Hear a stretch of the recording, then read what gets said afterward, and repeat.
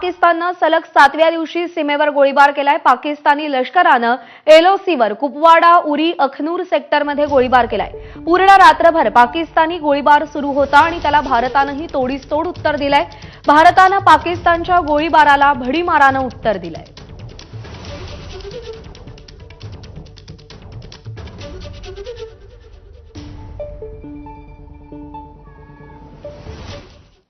आणि पहलगाम हल्ल्याच्या तपासाबाबत मोठी बातमी। एनआयएचं पथक आज पुन्हा एकदा बेसरन खोऱ्यामध्ये जाणार आहे।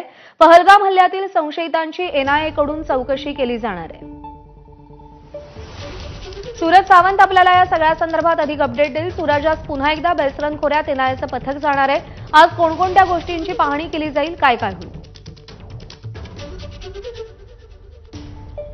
प्रज्ञा, खरं तर पहलगाम मध्ये आपण पाहिलं तर आता पहलगाम मधले जे टुरिस्ट पॉइंट आहे ते पूर्णतः बंद केलेले आहेत, कारण नेमके आरोपी आले कुठून या सगळ्याचा तपास होणं गरजेचं आहे। यासाठीच काल त्यांनी डिजिटल मॅपिंग केली।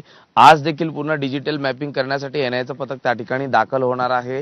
काही रिपोर्ट्स त्यांनी न्यायवैद्यक प्रयोगशाळेत पाठवलेले आहेत, जसं बंदुकीचे जे रिकाम्या काडतूस मिळाल्या होता त्याचा बॅलिस्टिक रिपोर्टसाठी पाठवण्यात आलेला आहे। दुसरी गोष्ट म्हणजे जे प्रत्यक्षदर्शी आहेत त्यांचा जबाब नोंदवला जात आहे। 426 जण आहेत जे संशयित आहेत। काही गावातले व्यक्ती आहेत ज्यांच्याकडनं त्यांना मदत झालेली आहे, अशा लोकांच्या देखील आज चौकशा केल्या जातील। आणि सर्वात महत्त्वाचं म्हणजे जो व्यक्ती त्या व्हिडिओमध्ये आहे, जो अल्लाहू अकबर बोलतोय आणि त्याच्यानंतर गोळीबार झालेला आहे, त्याची देखील सखोल चौकशी केली जाणार आहे। त्यामुळे एकूणच पुन्हा घटनेचं रिक्रिएशन देखील केलं जाईल। त्या स्पॉटला अनेक गोष्टी या आखल्या जातील आणि त्यानुसार नेमकी घटना घडली कशी याचं डिजिटल मॅपिंग केलं जाणार।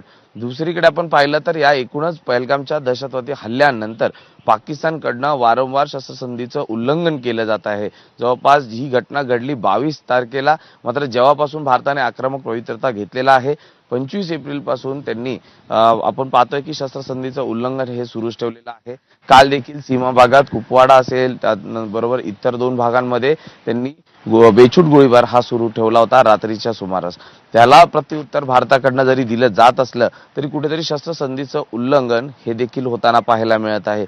याचबरोबरती आंतरराष्ट्रीय जर सांगायचं झालं तर पाकिस्तानसाठी भारताकडनं आता पूर्णतः विमानबंदी ही ठेवण्यात आलेली आहे, नॉटम सांगण्यात आलेला आहे। त्यामुळे कुठलंही विमान, मग ते खाजगी किंवा प्रवाशांचा असो किंवा मिलिटरीचा असो, जर ते काय आपल्या एरियामध्ये आलं तर त्याच्यावर देखील कडक कारवाई केली जाणार आहे। त्यामुळे एकूणच या संपूर्ण घटना लक्षात घेता पहलगामच्या दहशतवादी हल्ल्यानंतर भारताकडनं सक्त पावलं उचलली जात आहेत।